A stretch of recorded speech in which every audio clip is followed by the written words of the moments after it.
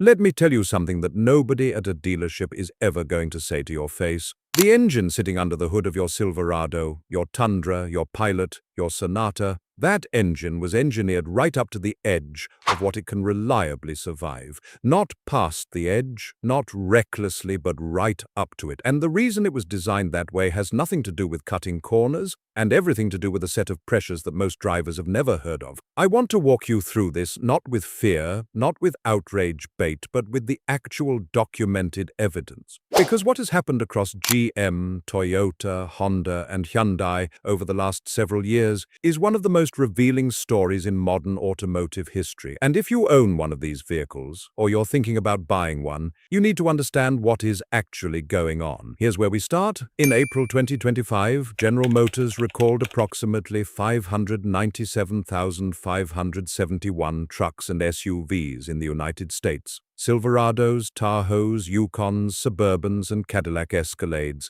because the crankshafts and connecting rods inside their 6.2-liter V8 engines had manufacturing defects capable of causing complete engine seizure. Not a software glitch, not a faulty sensor. The engine itself, before that recall was even officially announced, NHTSA's complaint database had already recorded 28,102 field reports of engine failure, 14,332 incidents of sudden propulsion loss, and 42 fire-related events. Those are not small numbers. That is a pattern. That same year, Toyota was in the middle of expanding a recall on its twin-turbocharged V6 engine to over 1 million Tundra and Lexus vehicles, because machining debris left inside those engines during production was destroying main bearings. Honda was under active federal investigation for up to 1.4 million vehicles whose connecting rod bearing defect a 2023 recall may not have fully covered. And Hyundai's Theta, two-engine story, which began back in 2011, ended in a $210 million federal consent order and involved a whistleblower going to the government with internal documents, is still generating lawsuits today. 4 companies, 4 completely different engineering teams on 4 different continents. And yet, somehow, the same fundamental failure, bearings, crankshafts, oil passages, catastrophic internal collapse, keeps showing up in all of them. That is not a coincidence. That is a signal. And this video is about what that signal is actually telling us. Everything I'm going to share with you is documented. NHTSA recall filings, federal consent orders, published engineering analysis, named investigations. No anonymous sources presented as expert testimony. No speculation dressed up as fact.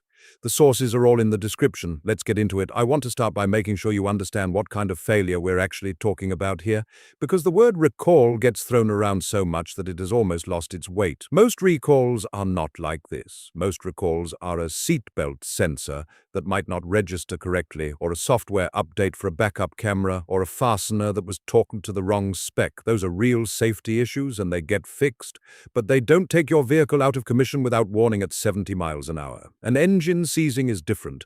When the bearing fails, the crankshaft, the central rotating shaft that is literally converting your fuel into forward motion, locks. The engine stops. Sometimes the connecting rod punches through the engine block, sometimes the vehicle catches fire, and sometimes it happens with no warning at all, on a highway, in traffic, with your family in the car. Now let me walk you through each manufacturer's situation, because the specifics matter. General Motors, NHTSA, Campaign 25V274000. The affected vehicles are 2021 through 2024 model year, Chevrolet Silverado 1500, Tahoe and Suburban, GMC Sierra 1500, Yukon and Yukon XL, Cadillac Escalade and Escalade ESV. All equipped with the 6.2-liter V8L87 Ecotec 3.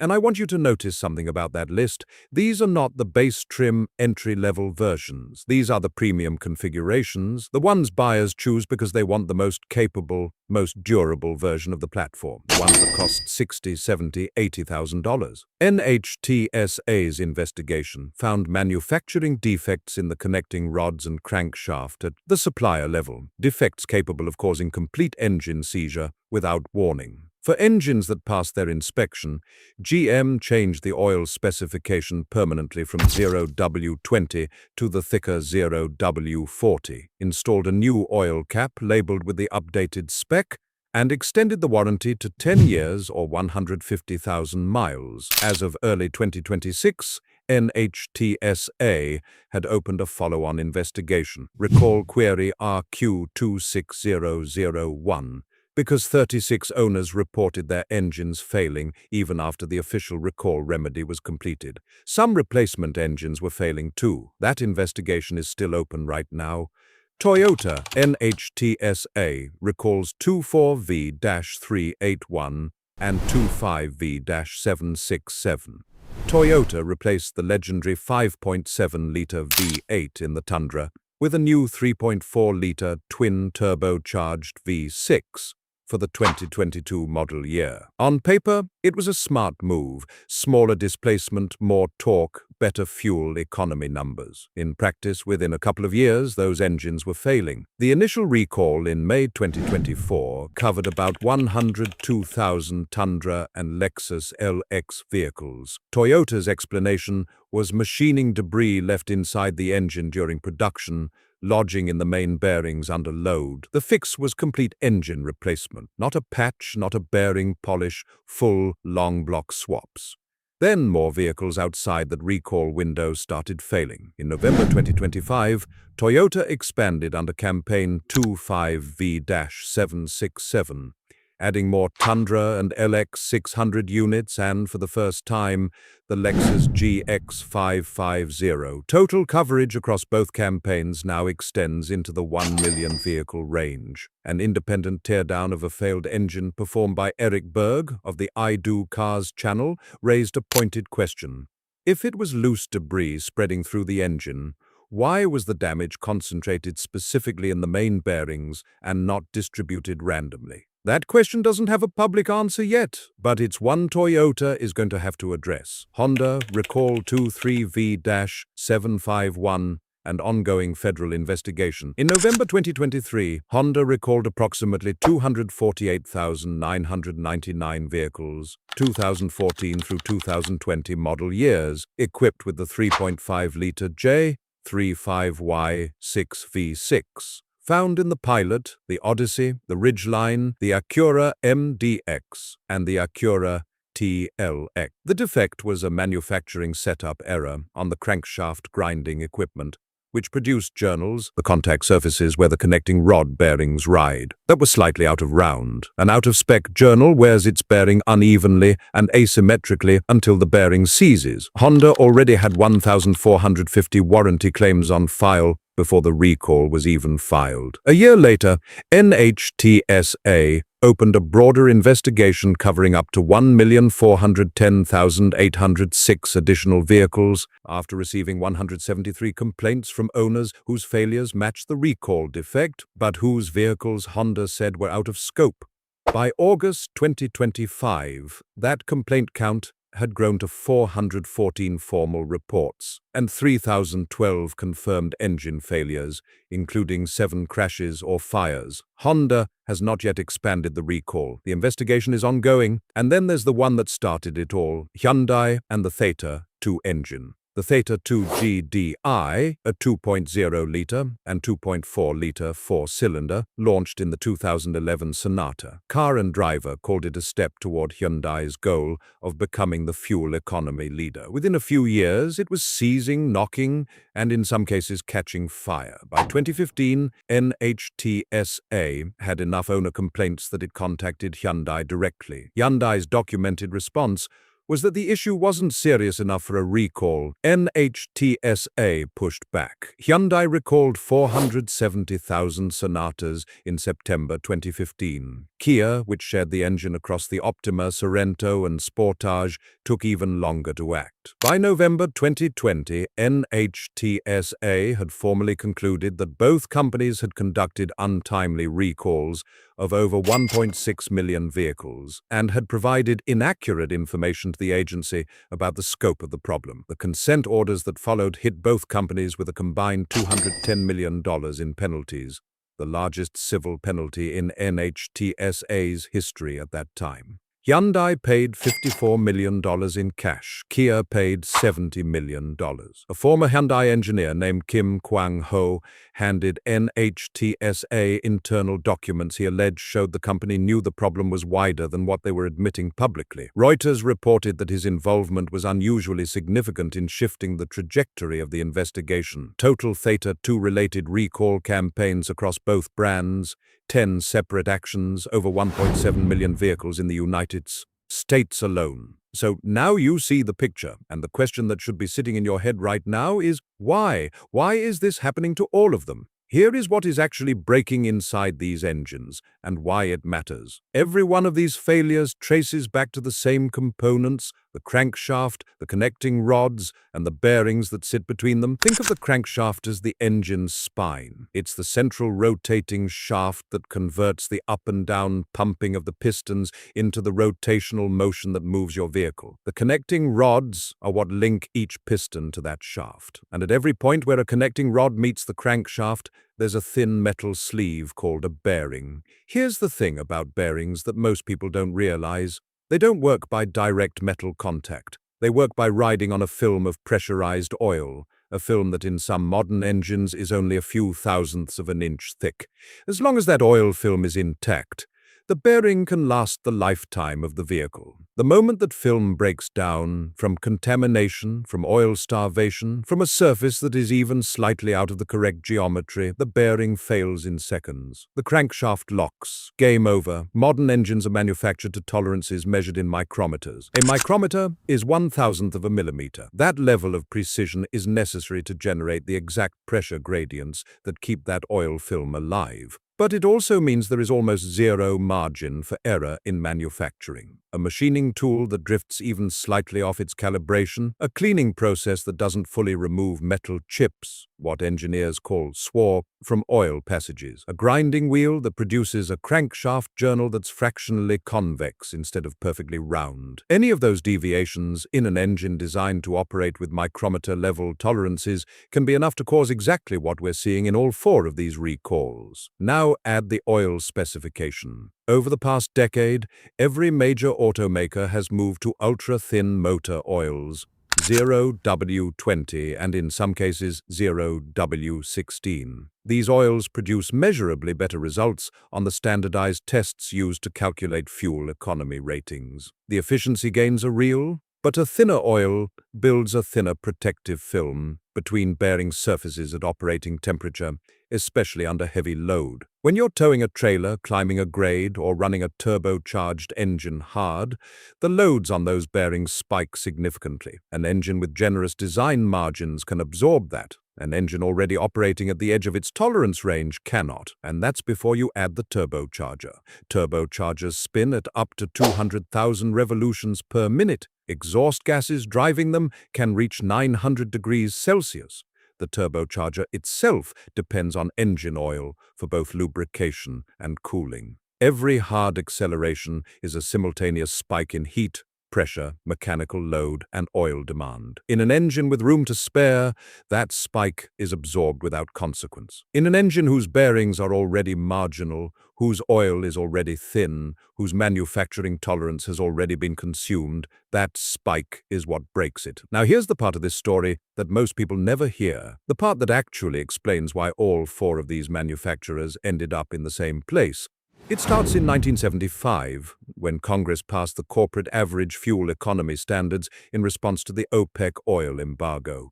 At the time, the average American car got 13 miles per gallon. NHTSA's first mandatory standard for 1978 required 18 miles per gallon. Standards climbed to 27.5 miles per gallon by 1985, held there for 2 decades. Then accelerated sharply again after the 2007 Energy Independence and Security Act pushed the target to 35 miles per gallon by 2020. By 2024, NHTSA had finalized standards targeting 50.4 miles per gallon for passenger cars and 45 miles per gallon for trucks and SUVs. The projected environmental benefits are real. Nearly 70 billion gallons of saved gasoline and 710 million metric tons of avoided CO2 emissions through 2050, according to NHTSA's own analysis. But here's the engineering reality those standards created. Every time the target moves up, automakers have to find more efficiency inside the engine. And the tools available for finding it, turbocharging, direct injection, cylinder deactivation, tighter tolerances, thinner oils, all share one characteristic. They reduce the engine's margin for error. They take the gap between runs perfectly and fails catastrophically, and they narrow it. A turbocharged four-cylinder replacing a naturally aspirated V6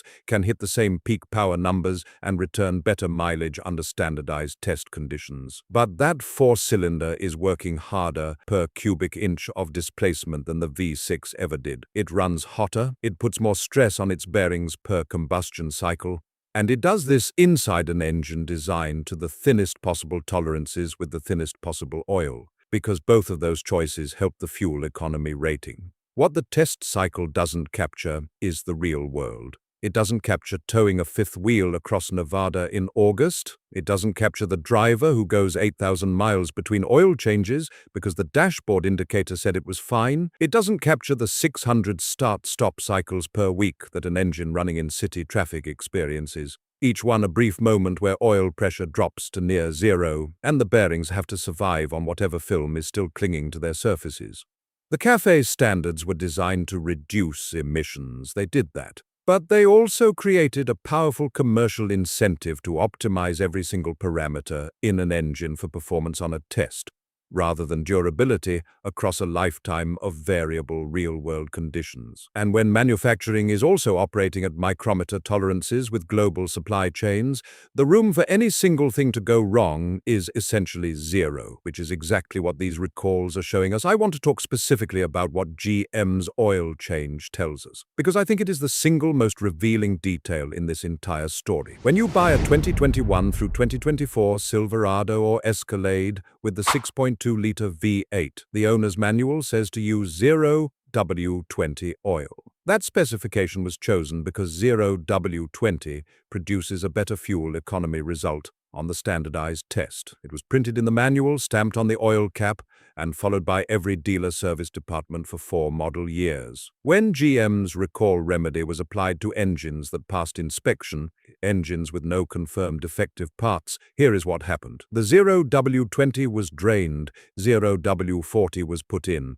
A new oil cap was installed, physically relabeled to show the new specification. A new page was inserted into the owner's manual, and the warranty was extended to 10 years or 150,000 miles, not as a temporary precaution, as a permanent change to how that engine is specified for the rest of its life. Think about that carefully. These engines passed the inspection. They had no confirmed defect. And yet GM permanently changed their oil specification to a significantly thicker grade and extended their warranty coverage. The only logical reason to do that is this. For engines whose components might be anywhere near the boundary of their manufacturing tolerance, even without a confirmed individual defect, the thicker oil provides a margin of protection that the original 0W20 specification did not. The original spec was optimized for the fuel economy test. The new spec is optimized for the real world. That is not an accusation, it is simply what the recall documentation says, applied logically. And then, as of early 2026,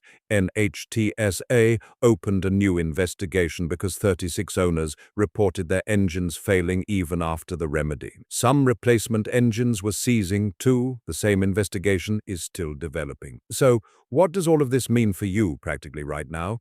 If you own any of the vehicles we've covered, the first thing you do is go to nhtsa.gov/recalls and enter your VIN. Free, takes under a minute, and it returns every open federal recall on your specific vehicle. The database is updated continuously. For GM 6.2-liter owners, look for campaign 25V2740000. For Toyota Tundra and Lexus GX, or LX owners, check campaigns 24V-381 and 25V-767.